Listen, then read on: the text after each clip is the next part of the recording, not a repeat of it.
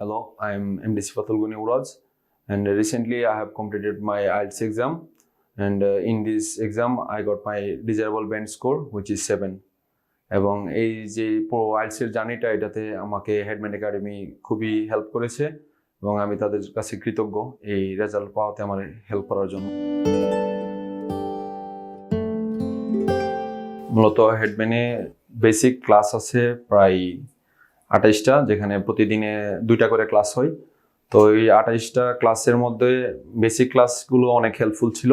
And এর পাশাপাশি এখানে সবচেয়ে ভালো যে জিনিসটা সেটা হচ্ছে প্রবলেম সলভিং ক্লাস। সেখানে বেসিক ক্লাসে আমাদের কিছু টাস্ক দেওয়া হয় যেগুলো আমরা বাড়িতে করি। তো ওইগুলা করতে গেলে আমরা যে প্রবলেমগুলো ফেস করি ওইগুলো এখানে আমাদেরকে কিছু টিচার থাকে যারা এগুলো আমাদেরকে সলভ করে দেন। তো এখানে দেখা গেছে যে প্রবলেমগুলো আমরা ফেস করি তখন এটা সলভ করার পরে আমরা খুবই একটা ভালো ফিডব্যাক পাই এটা থেকে। পাশাপাশি আমরা এখানে ল্যাঙ্গুয়েজ ক্লাব পাচ্ছি, যেখানে টিচাররা হাতে ধরিয়ে ধরিয়ে মানে অনেক কিছু দেখায় দেয় যেগুলো অনেক হেল্পফুল আইএলটিএস জার্নির জন্য। আর এটার সাথে সবশেষে রেজিস্ট্রেশন করার পর যে আইসিইউ ক্লাসটা দেওয়া হয় এটা ওয়ান অফ দ্য বেস্ট আমার মতে, কারণ এখানে রেজিস্ট্রেশন করার পরে 15 দিনের মতো আমরা একটা সময় পাই এই আইসিইউ ক্লাসে। তো ওই ক্লাসটাতে মূলত যার যে সমস্যাগুলো আছে ওইগুলা টিচাররা যেহেতু একদম সাথে বসে আমরা প্রবলেমগুলো সলভ করি, তখন দেখা যায় টিচাররা আমাদেরকে একদম হাতে ধরিয়ে সমস্যাগুলো দেখায় দেয়। তো এখান থেকে আমরা নিজেদেরকে খুব ভালোভাবে ইমপ্রুভ করতে পারি, কারণ যেহেতু সমস্যাগুলো আমরা খুব কাছ থেকে দেখতে পাচ্ছি তখন এটা সমাধান করাটা অনেকটা সহজ হয়। প্রবলেম সলভিং এ 1 by 1 মানে স্টুডেন্ট একজন টিচারের সাথে সিঙ্গেলি বসে প্রবলেমগুলো দেখাতে পারে, যেখানে আমি মনে করি যে এটা আমার জন্য বেশি হেল্পফুল ছিল। মূলত বেসিক ক্লাসের আমি একদম স্পেসিফিক ভাবে 2-3 জন টিচারের নাম বলতে চাই যাদের কিছু ক্লাস একদম আমার মনে গেঁথে আছে বলতে গেলে। তো এখানে প্রথমে আমি বলবো আলিফ স্যারের কথা। তো ওনার স্পিকিং ক্লাস নিয়েছিল উনি, ওইখানে উনি কিছু ইডিওমেটিক এক্সপ্রেশনের কথা বলছিল, তো যেগুলো আমার জন্য অনেক হেল্পফুল ছিল। যেহেতু আমার ডিজারেবল ব্যান্ড স্কোরটা মানে 7 ছিল, আমি চাইছিলাম যে একটু ভালো করার জন্য।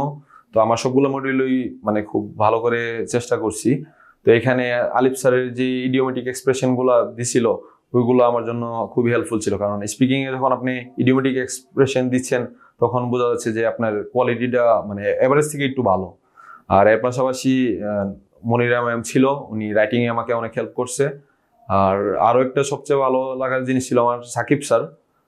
ওনার কথা আমাকে বলতে হবে, কারণ ওনার শেখানোর ধরনটা একটু অন্যরকম হতে পারে, অনেকের কাছে খারাপ লাগতে পারে, কিন্তু আমার জন্য উনি বেস্ট ছিল।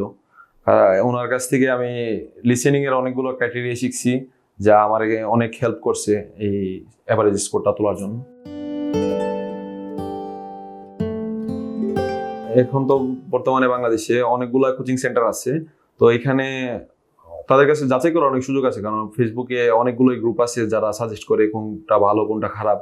তো এর পাশাপাশি যারা একদম মানে প্রপার স্টুডেন্ট বা আসল স্টুডেন্ট তাদের কাছ থেকে ফিডব্যাক নিলে তাদের জন্য এটা বেশি হেল্পফুল হয়, কারণ গ্রুপগুলোতে অনেক সময় দেখা যায় যে অনেক এজেন্সি মানে অনেক কোচিং সেন্টারের কিছু লোক থাকে যারা প্রমোট করে যায় একদম দেদারসে, কিন্তু একদম প্র্যাকটিক্যাল স্টুডেন্ট থেকে যখন রিভিউটা নেওয়া হয় তখন বোঝা যায় ভালো কি খারাপ।